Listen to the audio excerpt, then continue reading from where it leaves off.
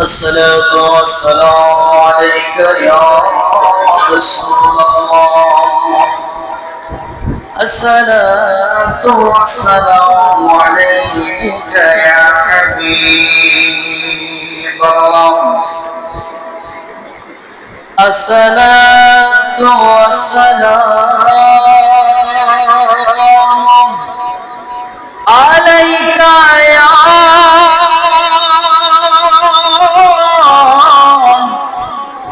شافع المذنبين. الصلاة والسلام عليك يا رحمة للعالمين. اللهم صل سيدنا مولانا وعلى آل سيدنا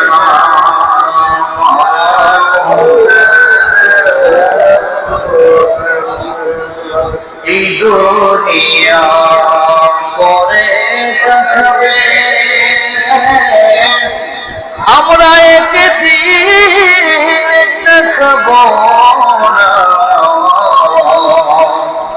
সবাই মোদের বলে যাবে, নবী গো বলে বললেন না আল্লাহুম্মা সাল্লি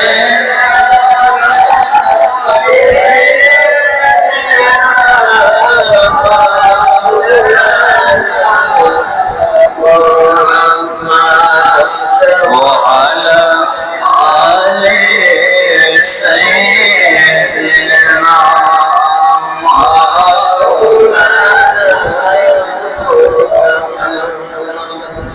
এই দুনিয়া যতই দেখো, কেউ তো তোমার আপন না। যিনি তোমার আপন হবে, তিনি সোনার মদিনা। আল্লাহুম্মা সাল্লি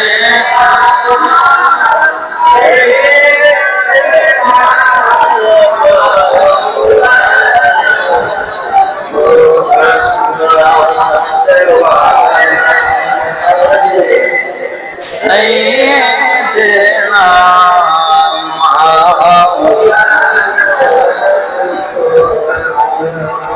لا إله إلا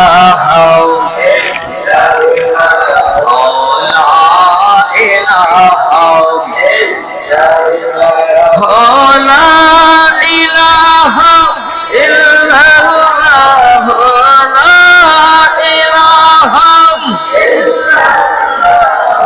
لا إله لا إله إلا الله، لا إله إلا الله، لا إله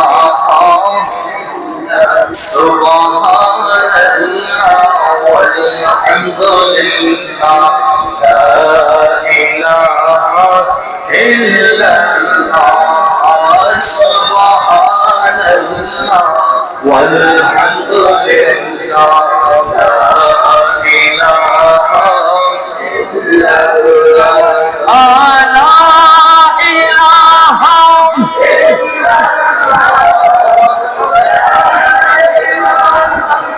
إلا الله، لا إله إلا لا إله إلا الله سبحان الله والحمد لله، لا إله إلا الله سبحان الله والحمد لله، لا إله إلا الله.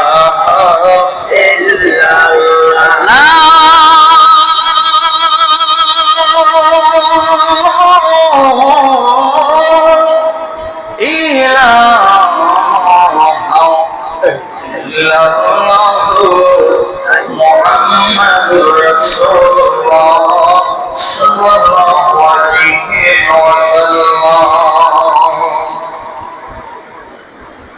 আলহামদুলিল্লাহ, সম্মানিত মুআজ্জাজ মুহতারাম মুসল্লিন ইকরাম,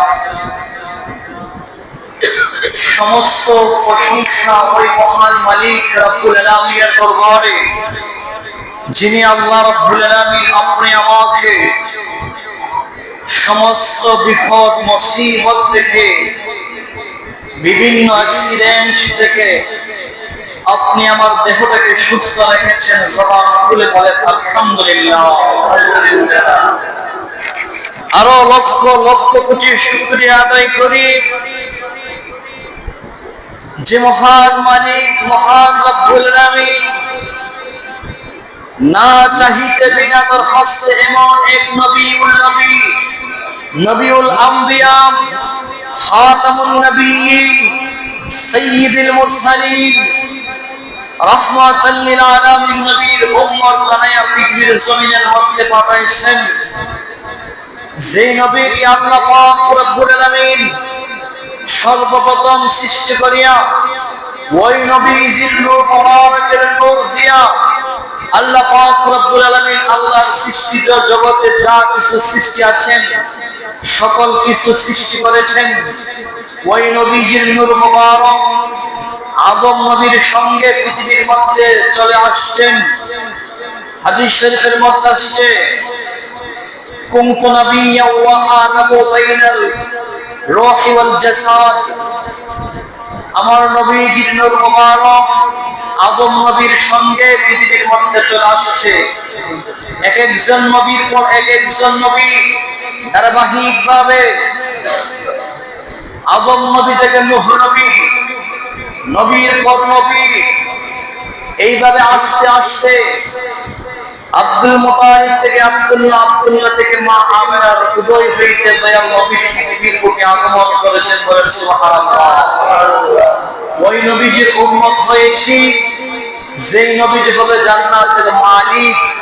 আল্লাহ হচ্ছে খালিক আর নবী হচ্ছে মালিক। সুবহানাল্লাহ। খালিক যিনি বানাইছে, যিনি সৃষ্টি করছে, তিনাকে বলা হয় খালিক, মানে তিনি সৃষ্টি করেছেন। আর মালিক যাকে দিয়েছেন, নবীকে জান্নাতের মালিকানা দিয়েছেন। তো পৃথিবীটা হচ্ছে একটা মায়ার বাঁধন। যেদিন দুইটা চক্ষু বন্ধ হয়ে যাবে, পৃথিবীর সমস্ত মায়া মমতা আপনার কাছ থেকে উঠে যাবে।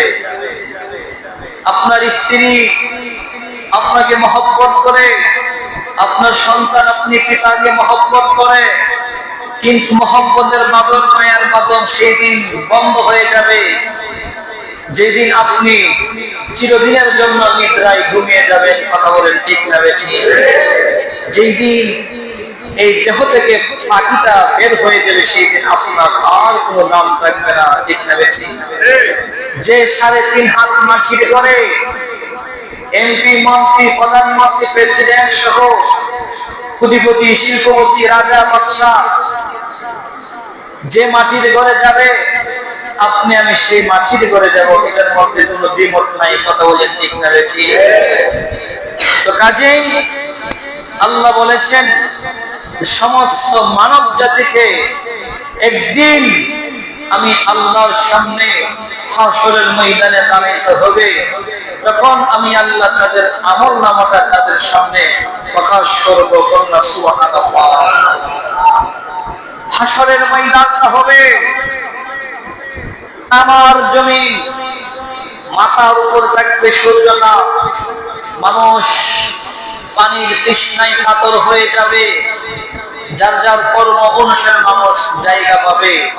কাহারো হাঁটু হাঁটু জল হবে, কাহারো গলা পর্যন্ত, কেহ সাঁতরাইতে থাকবে, আবার অনেক বান্দারা আল্লাহর আরশ আজিমের ছায়ার তলে দাঁড়িয়ে থাকবে। কন্যা সুবহানাল্লাহ।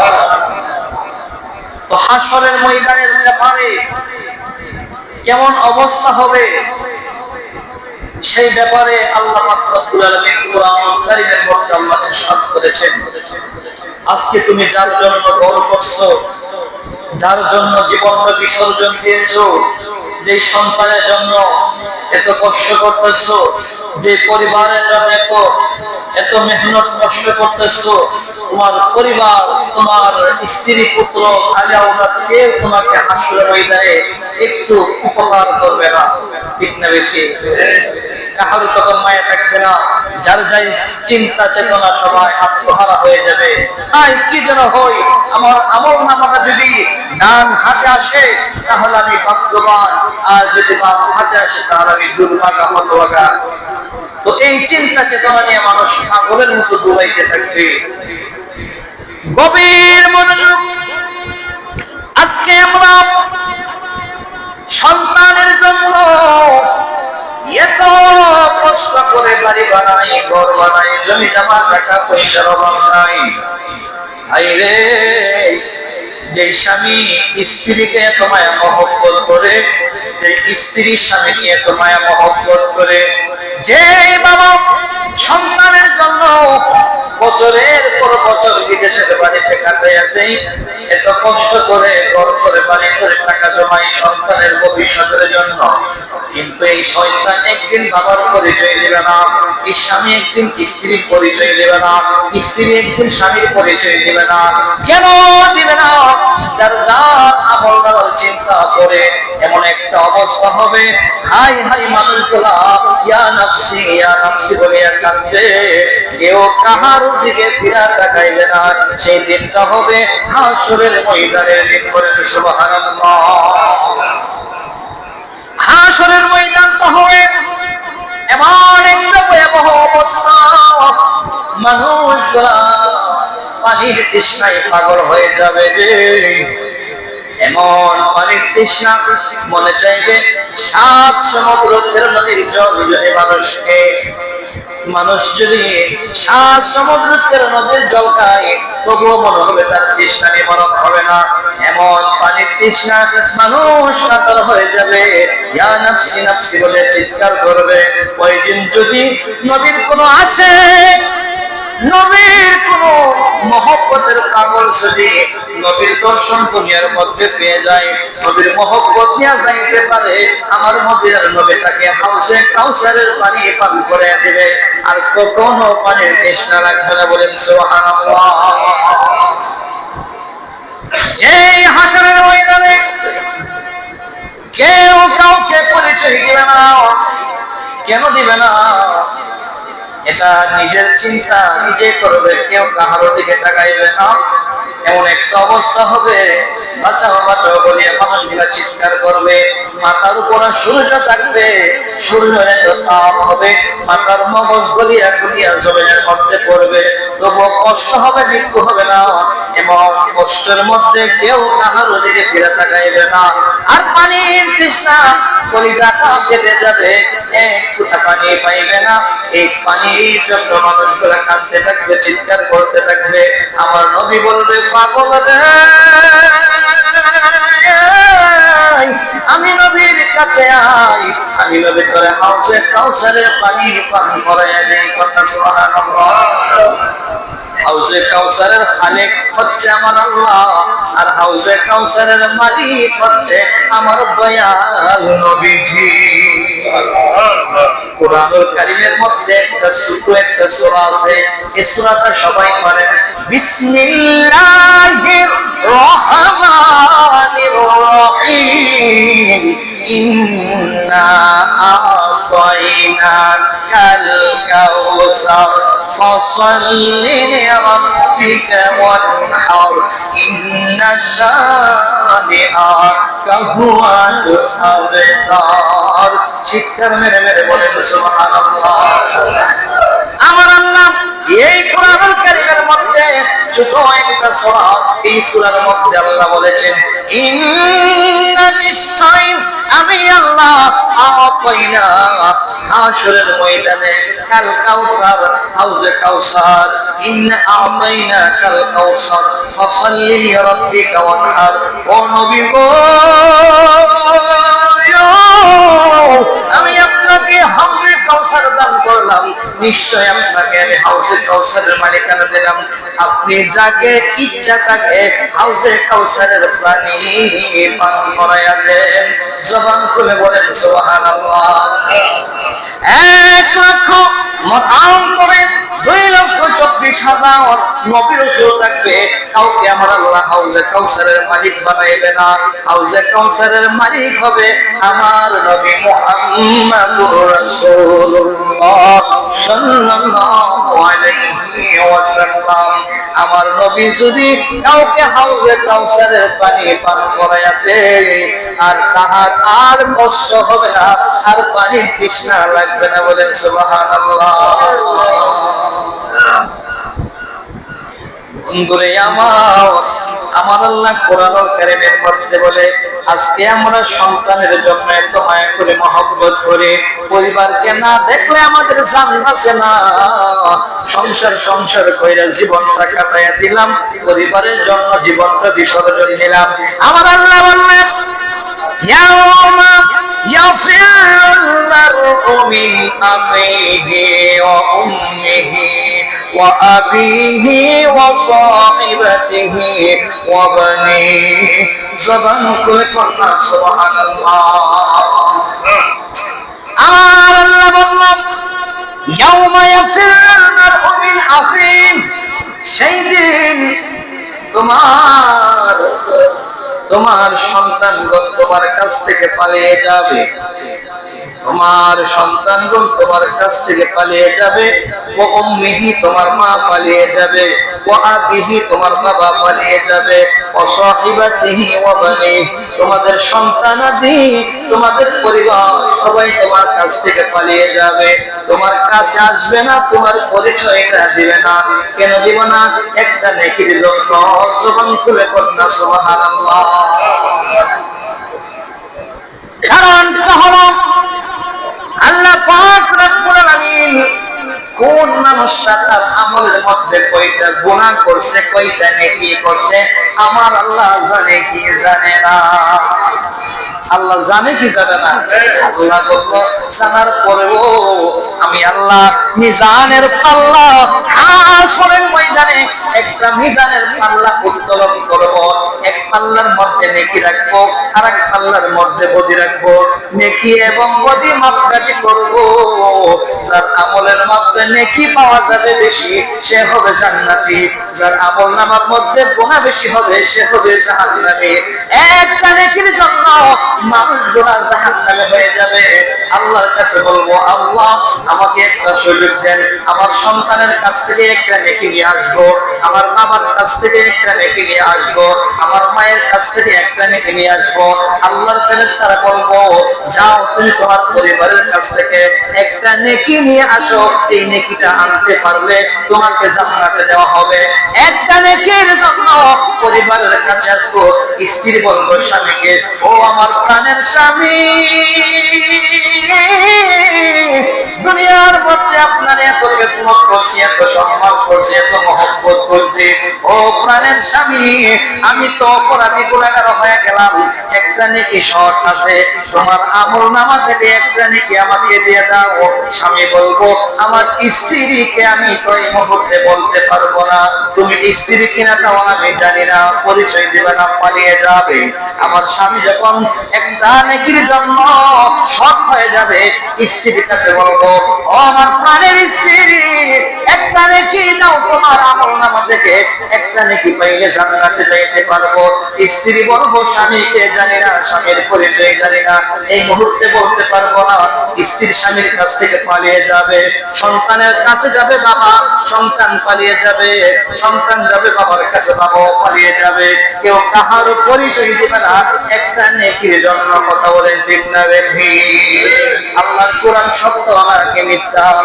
আল্লাহর কোরআন সত্য। আল্লাহ বলল, ইয়াউমা ইয়াফিরুল المرء من أخيه وأمه وأبيه وصاحبته وبنيه সেই দিন তোমার সন্তানরা তোমার কাছ থেকে পালিয়ে যাবে, তোমার স্ত্রী তোমার কাছ থেকে পালিয়ে যাবে, তোমার স্বামী তোমার কাছ থেকে পালিয়ে যাবে, মা বাবা ভাই বোন পরিবার সবাই সবার কাছ থেকে পালিয়ে যাবে। কারণ যার চিন্তা করবে কেউ কাহার ওদিকে ফিরে তাকাইবে না। সেই দিনটা হবে হাসরের ময়দানের দিন, বলেন না সুবহানাল্লাহ। কিন্তু সেই দিন একজন যিনি মহান, তিনি হচ্ছে আমার দয়াল নবীজি। তিনি একমাত্র উম্মতদেরকে সাফায়াত করবে, উম্মতকে সাফায়াত করার জন্য হাসরের ময়দানের মধ্যে সিজদার মধ্যে পড়ে কাঁদবে, রব্বি হাবলি ইয়া উম্মতি, রব্বি হাবলি ইয়া উম্মতি। জবান করে পড়না সুবহানাল্লাহ। আমার নবীজি বললেন, কবরের আযাব তাহার জন্য মাফ নয়, যে বান্দা যতটুকু কর্ম করছে তার কর্ম অনুযায়ী কবরের আযাব হবে। তবে দুনিয়াবাসী যদি কবরবাসীর জন্য কবর জিয়ারত করে, এর উসিলা আমার আল্লাহ কবরবাসীদেরকে মাফ করে দিবে। আইরে দুনিয়ার সন্তান আজকে বাবার কথা বলিয়া গেছে, বাবা অন্ধকার কবরের মধ্যে জাহান্নামের আগুনের মধ্যে জ্বলতেছে। দুনিয়ার সন্তান আর মা কবরের মধ্যে জাহান্নামের আগুনের মধ্যে জ্বলতেছে। দুনিয়ার সন্তান সেই মায়ের কথা ভুলিয়া গেছে। আমার নবী বলল, উম্মত রে, আজকে তোর মা নাই রে উম্মত, ওই মায়ের কবর জিয়ারত কর। আজকে দি তোর বাবা নাই, ওই বাবার কবর জিয়ারত কর। যে বাবা তোর জন্য এত কষ্ট করছে, যে মা তোর জন্য এত কষ্ট করছে, নিজে না খাইয়া সেই মা বাবা তোমার খাওয়াইছে, আজকে দি মায়ের কথা মনে নাই, বাবার কথা মনে নাই। আল্লাহ নবী বলল, ওই কবরের আযাব কাহার জন্য মাফ হবে না। যদি দুনিয়ার সন্তানরা ওই মায়ের জন্য বাবার জন্য দোয়া করে কবর জিয়ারত করে, রব্বির হামহুমা কামা রাব্বায়ানি সগীরা, এই দোয়ার উসিলা আমার আল্লাহ ওই মা বাবার কবরের আযাব মাফ করে দিবে। কিন্তু হাসরের বেলা জয়লা পয়লা কষ্ট কইরা একদিন ওই কালিমার কারণে, নবীর উম্মত হওয়ার কারণে নবী শাফায়াত করবে, একটা আশা করা যায় নবী শাফায়াত করবে। কারণ যারা আমরা নবীর আশিক, নবীর উম্মত দাবি করি, নবী আমাদেরকে জান্নাতে না নিয়ে নবী জান্নাতে যাবে না। কথা বলেন ঠিক না বেশি? জান্নাতে নিবে, তোর কবরে যে আযাবটা, এটা তোমার কর্ম অনুসারে হবে। হাসরের ময়দানের কষ্টটা তোমার কর্ম অনুসারে হবে, কিন্তু একটু কষ্ট কইরা জয়লা ফুইরা। কথা বলেন ঠিক না বেশি? সংসার সংসার কহিরা হবে রে, করলে না বন্দেগী,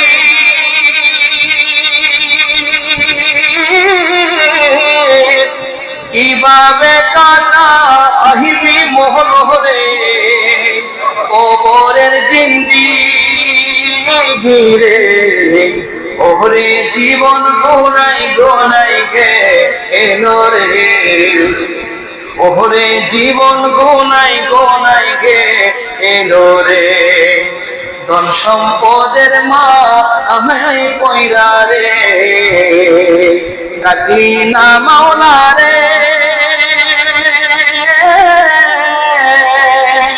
কিভাবে কাটাইবি মনরে, কবরের জিন্দেগি রে, ওরে জীবন গোনাই গোনাই গে এলো রে। ঠিক না বেঠি? কবরের জিন্দেগি কাহারুর জন্য মাফ হবে না। কবরের জিন্দেগিটা হবে তার তার কর্ম আমল অনুসারে। সেজন্য আমাদের আমল করার দরকার আছে নি, নামাজ পড়ার দরকার আছে নি।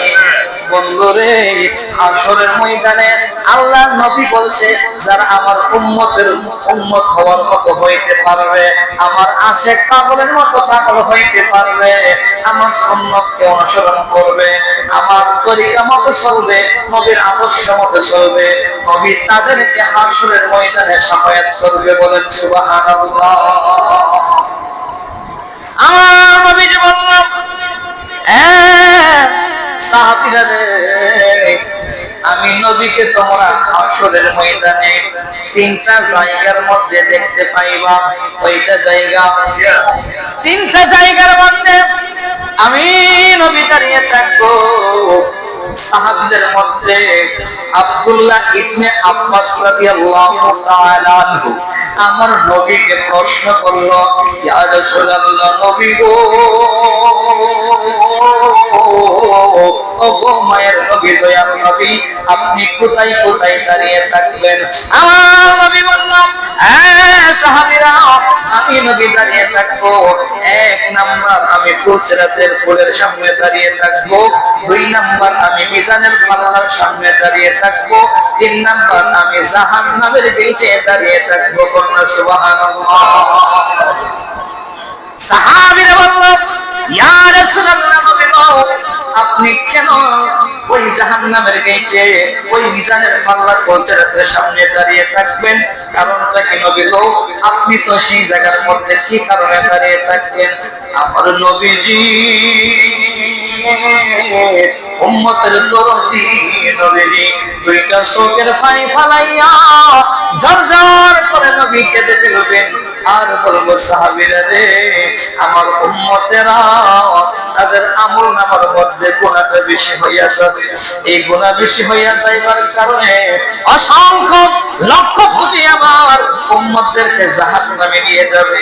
আমার উম্মতরা আমি নবীর জন্য দাঁড়িয়ে থাকবে, ইয়া রাসূলুল্লাহ, ইয়া রাসূলুল্লাহ বলে চিৎকার করবে। আমি সেই দিন আমার গুনাহগার উম্মতকে তরাইবার জন্য ওই জায়গার মধ্যে দাঁড়িয়ে থাকবো।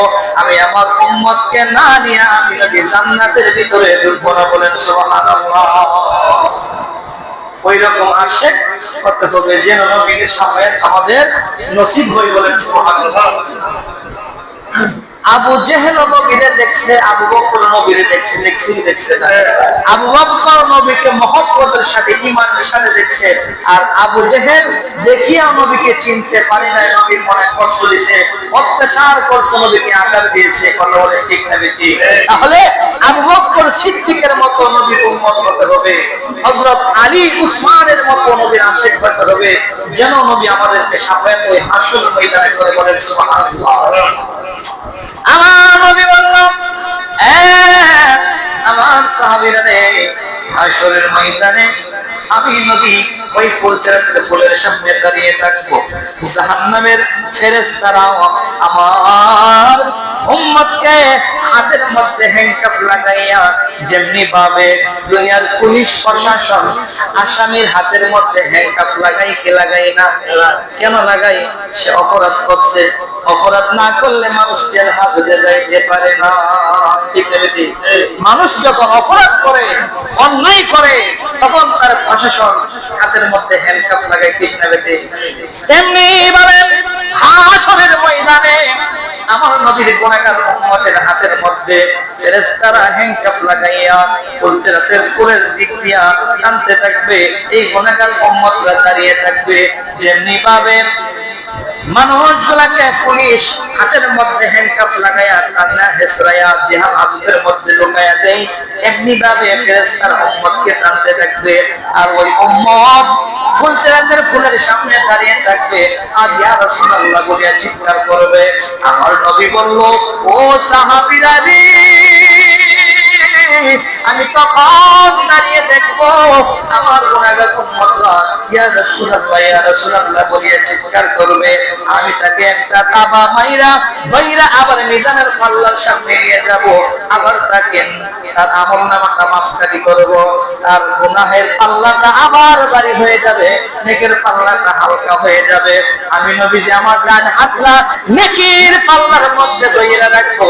আমি নেকির পাল্লাটা ছাড়বো না, কারণ আমার উম্মতকে জাহান্নামে যাইতে আমি দিব না। বলেন সুবহানাল্লাহ। কেমন নবীর উম্মত আমরা হইলাম? যে নবীজি উম্মতের গুনাহ যদি বেশি হয়ে যায়, নেকি যদি কম হয়ে যায়, মিজানের পাল্লার সামনে নবীজি উম্মতকে দাঁড় করায়া নেকি বদি আবার ওজন করবে। যদি নেকির পাল্লা হালকা হয়ে যায়, নবীজি হাত মোবারক নেকির পাল্লার মধ্যে এইভাবে চাপতে রাখবে, যেন নেকির পাল্লা পাতলা না হয়, বাড়ি যেন হয়। সুবহানাল্লাহ। আমার নবীজি বললাম, আমি জাহান্নামের যে দাঁড়িয়ে থাকবো, জাহান্নামী ফেরেশতারা আমার উম্মতকে আসামি বানাইয়া হাতের মধ্যে হ্যান্ডকাফ লাগাইয়া টানতে টানতে জাহান্নামের ভিতরে ঢুকাইয়া দিবে। আর আমার ওই উম্মতরা ইয়া রাসূলুল্লাহ ইয়া রাসূলুল্লাহ বলিয়া চিৎকার করবে, আমি নবী তো সহ্য করতে পারবো না। আমি নবী সেই দিন আমার উম্মতকে ধরিয়া আবার তার আমলনামাটা মিজানের পাল্লার মধ্যে মাপকাঠি করব। আমি যখন দেখবো নেকের পাল্লা হালকা হয়ে গেছে, হাত মোবারক নেকির পাল্লার মধ্যে দিয়ে রাখবো। এইভাবে সাফায়াত করিয়া আমার উম্মতকে আমি জান্নাতে নিয়ে যাব। বলেন সুবহানাল্লাহ।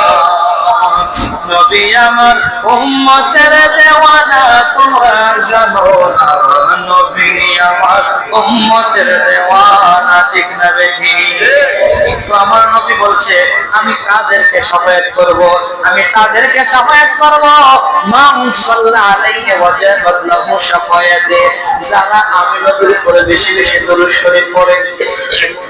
আগে সাফায়াত করব যারা আমি নবীর উপরে দরুদ শরীফ পড়ে, ঈমানের সাথে মহব্বতের সাথে আমি নবীকে তাজিম করে মহব্বত করে দরুদ শরীফ পড়ে। এবং মান আহাব্বা সুন্নতি, যারা আমার সুন্নতকে মানে, ওমান আহাব্বানি, যারা আমার সুন্নতকে মহব্বত করে, আমাকে মহব্বত করে, আমার সুন্নতকে মহব্বত করে, ওমান আহাব্বানি কানা মাইয়া ফিল জান্নাহ, আমার সুন্নতকে মহব্বত করার কারণে আমি নবী তাদেরকে সাফায়াত করে জান্নাতে নিয়ে যাব। তাহলে যদি হাসরের ময়দানে নবীর সাফায়াতের আশা করেন, নবীর সুন্নাত আদায় করার দরকার আছে নেই? নবীর আদর্শ মতে চলার দরকার আছে নেই?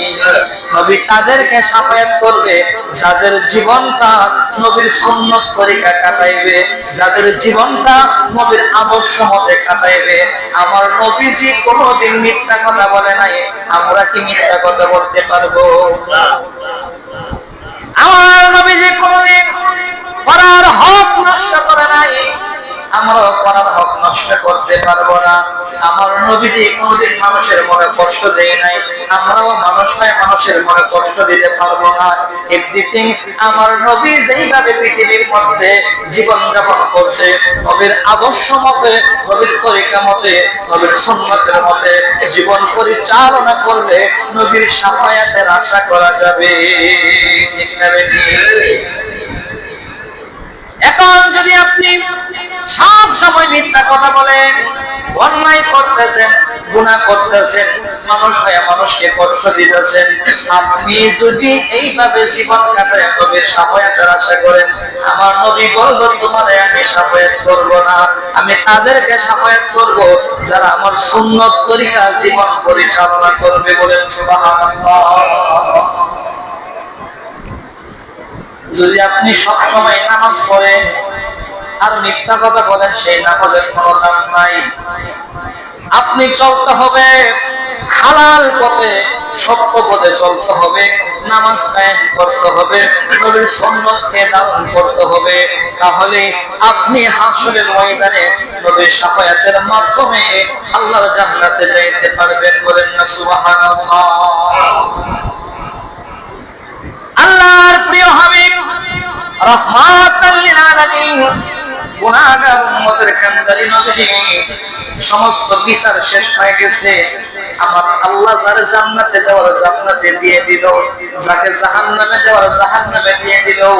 আমার নবী একমাত্র জান্নাতে ঢোকার বাকি। আমার আল্লাহ বলবো বন্ধু আপনি এখন জান্নাতের ভিতরে ঢুকে যান। আমার নবী বলবো ওগো আল্লাহ রাব্বুল আলামিন, আমার মন বলতেছে আমার লক্ষ কোটি উম্মতেরা জাহান্নামের ভিতরে ঢুইকা জাহান্নামের আগুনের মধ্যে পড়িয়া ইয়া রাসূলুল্লাহ বলিয়া চিৎকার করতেছে। আমার উম্মতকে যতক্ষণ না পর্যন্ত জাহান্নামের ভিতর থেকে না বাহির করবেন, আমি নবী জান্নাতে যাইতে পারবো না। বলেন সুবহানাল্লাহ। গুনাহগার উম্মত গুনার কারণে জাহান্নামে ঢুকবে, ঢুইকা জাহান্নামের আযাব সে পাইবে, কিন্তু ওই যে সে কালিমা পড়ছিল, কালিমার প্রতি বিশ্বাস ছিল, নামের মুসলমান ছিল, মুসলমানের প্রতি নবীর প্রতি সামান্য ইঞ্চি পরিমাণ তার ঈমান ছিল, এই ঈমানের পরে সে জয়লা কইরা শেষ মুহূর্তে সেও জান্নাতে যাইবে নবীর মহব্বতের উসিলা করে। সুবহানাল্লাহ। আমার নবীজি এমনি ভাবে উম্মতদেরকে সাফায়াত করবে। আমার নবীকে আল্লাহ বলবো, নবী গো সিজদা থেকে মাথা উঠান, ও ফেরেশতারা জাহান্নামের ভিতরে যাও, জাহান্নামের ভিতর থেকে উম্মতকে বাহির করে নিয়ে আসো। ফেরেশতারা লক্ষ কোটি কোটি উম্মতকে জাহান্নাম থেকে বাহির করে আনবে। আবার বলবো আল্লাহ, আমার মন বলতেছে এখনো আরো উম্মত জাহান্নামের ভিতরে পড়ে আছে। আমার ফেরেশতারা আল্লাহ বলবো, ফেরেশতারা আবার যাও, আবার জাহান্নামের ভিতর থেকে উম্মতকে বাহির করে নিয়ে আসো। আবার আল্লাহ বলবো, ও নবী গো এখন জান্নাতে যান। আমার নবী বলবো না, আমার মন বলতেছে আরো উম্মত জাহান্নামের ভিতরে। এইভাবে একবার দুইবার তিনবার কইরা 7 বার ফেরেশতারা জাহান্নামের ভিতরে যাবে। জাহান্নামের ভিতরে যাইয়া উম্মতকে বাহির করে নিয়ে আসবে। আর উম্মতকে বাহির করে আনিয়া নবী বলবো, এ উম্মতেরা, দুনিয়ার মধ্যে যদি আজকে আল্লাহর আদর্শ মতে, আল্লাহর বিধান মানতে, আমি নবীর আদর্শ মানতে, তাহলে এই জাহান্নামে তোদেরকে ঢুকতে হইতো না। বলেন সুবহানাল্লাহ। নবী জাহান্নাম থেকে বাইরে করব, শরীরের মধ্যে শরীরটা ফুইরা সারকা কাংরা হয়ে যাবে। আমার নবী বলবো, উম্মত রে, আমি তো বলেছিলাম নামাজ পড়ার জন্য, কেন নামাজ পড়লে না? আমি তো বলেছিলাম রোজা রাখার জন্য, কেন রোজা রাখছিলেন?